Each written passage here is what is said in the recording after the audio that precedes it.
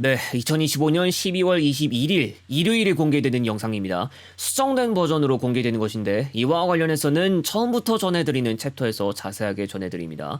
인천공항 목포편 오늘 공개되고요. 그리고 이번 연도 마지막 날까지 몇 가지 단편 에피소드를 공개할 생각인데 한 해를 정리하는 성격이 조금 섞인 에피소드도 포함되어 있습니다. 아울러 오늘 일요일인데 한 주간의 소식들 오후 8시부터 20에서 25분 정도 예정하고 있습니다. 간단한 영상에서 다루지 못한 것들을 한 주간의 소식들에서 짚고 넘어갈 수 있도록 하겠습니다. 가장 먼저 제천, 안동, 경주, 울산 개통입니다. 앞서 19일에 공개한 영상에서 금화 계열사가 1월 1일자로 아예 다 빠질 것이라고 전해드렸는데 내용이 바뀌었습니다. 금화 리무진은 남는 것으로 정해졌고요. 시외버스 예약처에도 현재 변경된 내용으로 반영된 상태입니다. 금화 여행은 종전 그대로 철수를 하는 점을 짚고 가겠습니다. 그리고 안동터미널 홈페이지 등에 따르면 대성고속이 1월 19일자로 2개통에서 철수할 예정입니다.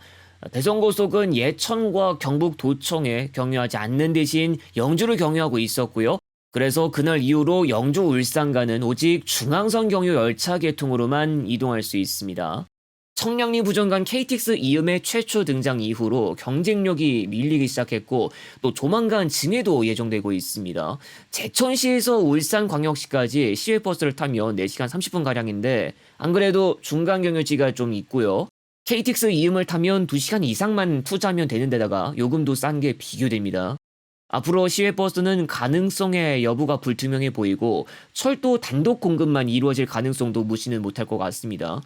근데 다만 국토교통부가 수익성은 낮은 고속시외버스 노선에 대한 필수 노선 지정을 추진한다는 이야기를 내놓은 적도 있었기 때문에 단순히 시골 지역만 가는 게 아니라 주요 도시간만 운행하는 노선도 지원을 하는 방식일지는 지켜봐야 할 것으로 보입니다. 고속시외버스 노선 자체가 철도에게 밀려서 운행 중단되는 경우는 철도 사고가 일어나면 고객 입장에서 직접적으로 대처가 잘 안 되는 문제가 발생했고 아예 철도와 직간접적으로 상관없는데도 순수요가 너무 저조해서 운행 중단되는 경우도 있었습니다. 이것과 관련한 문제는 단편 에피소드에서 좀 다뤄보도록 하겠습니다. 1월 1일부 아산시외 및 천안 광주 노선 변경 사항입니다. 먼저 더 이상 정한알밤 휴게소를 격려하지 않습니다. 일단 천안고속버스 터미널에서 휴게소까지 거리가 너무 짧아서 문제가 되고 있었죠. 휴게소에서부터 천안이나 광주까지의 거리 균형이 안 맞았고요. 정한알밤 휴게소 미경유에 따라 천안과 아산 방향 환승은 지원되지 않을 예정입니다. 또 당일부터 천안 IC 주간 하차를 받기로 했다고 금호고속이 예약처 등에서 공지하고 있는데요. 광주에서 출발한 차량일 때만 하차 가능하니 참고하시기 바랍니다. 19일 아침 기준으로 시간표가 덜 입력된 것으로 보이는데 완성될 때까지 좀 지켜봐야 할 것 같습니다. 다시 한번 휠체어 고속버스 소식입니다. 장애인 5명이 금호고속과 광주광역시에 정부 등을 상대로 광주고등법원에 낸 차별구제소송의 항소심 첫 공판이 지난 17일 열렸습니다. 지난 1심에서는 금호고속에서 신규 도입할 버스에 내년부터 2040년까지 단계적으로 휠체어 리프트를 설치하라는 내용으로 판결됐지만 승강장에 리프트를 설치하는 것에 대해선 터미널 운영권이 신세계로 넘어갔다고 판단하면서 기각됐습니다. 시와 정부의 관련 예산을 도입하도록 한 나머지 청구도 기각됐습니다. 원고 측은 터미널 운영권이 실제로 신세계 측으로 넘어갔는지 확인하자면서 항소심 재판부에 사실조회를 신청했습니다. 한편 금호고속은 경영상 손실이 너무 크다는 이유로 리프트 설치 대상은 일반으로만 한정해달라고 요청했는데 리프트 설치에 따라 철거되는 좌석 비율이 일반은 15%, 우등은 25%로 추산되고 있습니다. 다음 공판은 내년 3월 11일로 예정되고 있습니다. 대한항공과 아시아나항공 등 조종사 노조가 공항버스 업체와 인천공항공사에 버스 노선 변경을 해달라고 요청한 것으로 확인됐습니다. 항공업계에 따르면 아시아나 조종사 노조는 지난달 10일 인천공항공사와 공항버스 운수사 4곳에 이 터미널을 먼저 경유한 다음 1터미널로 가도록 해달라고 공문을 보냈고 대한항공 조종사 노조 측도 같은 내용을 요청한 것으로 파악됐습니다. 현행은 1터미널에 먼저 정차한 다음 2터미널에서 종착하는 방식이죠. 지난해 1터미널에서 아시아나 항공을 이용해 출국한 승객은 446만 73명인데 변경된 터미널 기준으로 계산할 시 2터미널을 통한 출국자 수는 지난해 기준인 763만 4,352명에서 1,409만 4,425명으로 늘어날 수 있습니다. 공항버스 A 운수사 측은 현재 자신들의 운수사에는 서울 도심 방향이 많고 외국인 승객이 더 많아서 1터미널 우선 노선을 유지하는 것이 맞다고 본다고 밝혔습니다. 다른 운수사는 공사가 요청해야 버스 노선 변경을 검토할 수 있다고 밝혔고, 반면 인천공항공사 측은 운수사에서 결정할 사항이라고 하면서 운수사로부터 협의하자는 연락을 받은 적 없다고 밝혔습니다. KGM이 조만간 새로운 전기버스를 정식 출시할 것으로 보입니다. KGM은 최근 환경부 K-시스에 이스타나라는 이름으로 인증을 마쳤습니다. KGM이 개발한 7m급 준중형 전기 저상버스인데 현대 카운티와 우지산전 아폴로 700 등과 경쟁하게 됩니다. K-시스에 따르면 이스타나는 복합 주행거리 328km, 삼성 SDI의 배터리 151kWh 사양 1억 5천만 원으로 가격이 책정됐습니다.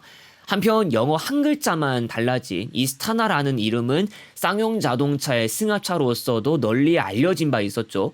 이스타나를 통해서 KGM이 승합차 시장으로 재진출하는 가능성도 예상되고 있습니다.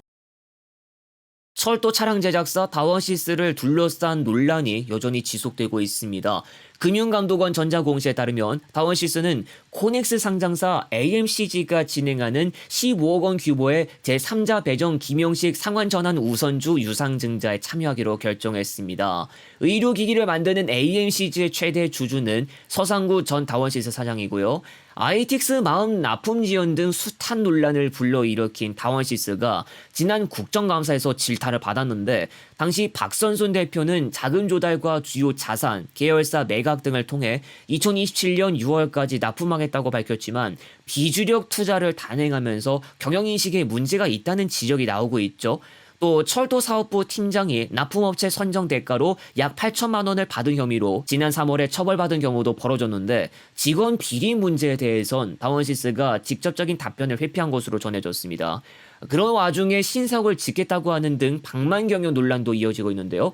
다원시스와 관련한 논란은 해를 넘어서 오는 2026년에도 도마 위에 오를 것으로 보입니다.